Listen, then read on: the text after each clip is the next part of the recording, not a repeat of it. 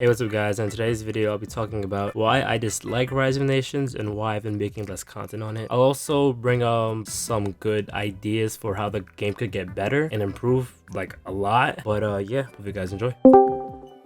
With the last few videos on my channel, you can see I haven't been making too much Rise of Nations content. I've been experimenting with some other videos and games, styles of editing, things like that. And that's because I'm finding Rise of Nations a lot more boring. It feels pretty repetitive. It feels like, okay, spawn in, get country, trade hard, expand, and you kind of repeat the process a million more times. And it doesn't feel like, there's much substance to the game when you're doing the same thing like every time you play it. So that's been one of the reasons why I've been like experimenting with other content, because I feel like it allows me to have much more flexibility. Like I can edit different ways. If you see my last video, I edit that video completely different than how I edit many other videos that I made. I kind of like producing that content more because I feel like it has more substance.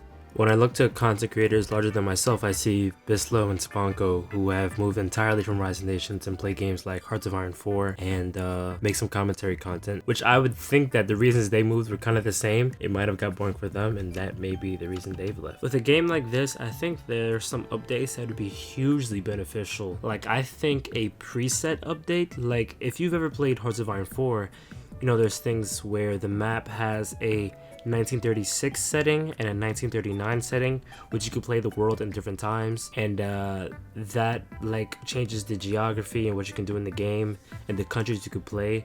I think a setting like that for Rise of Nations, where you have like a World War II setting and people pick Germany, people pick USSR, people pick USA, people pick but I think those different aspects added to the game would make it so much better. Like trust me, I feel like if Hyperrant adds that, that'd be one of the best updates.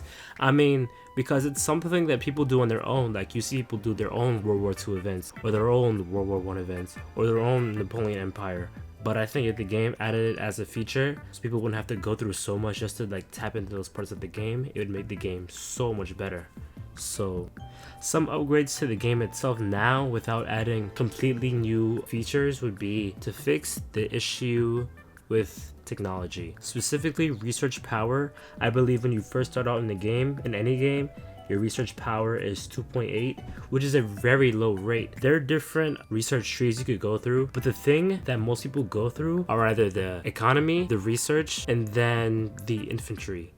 But there's so much more, and you can't really tap into most other stuff because your research power is so limited. I think the base, instead of 2.8, should be increased to like 5 or even 7 or 8, because there are other trees you can use. Like, how many times have you ever used the aerial tree? The aerial tree by itself has like 5 to 6 branches that are probably never used by any player because they just don't have enough research power. And even if they max out their research power, it probably still isn't even enough to get to what they want in the aerial tree itself. That's not to mention the political tree, the tank tree, the navy tree, which are basically never used. When's the last time you've used those trees in the game? Probably never.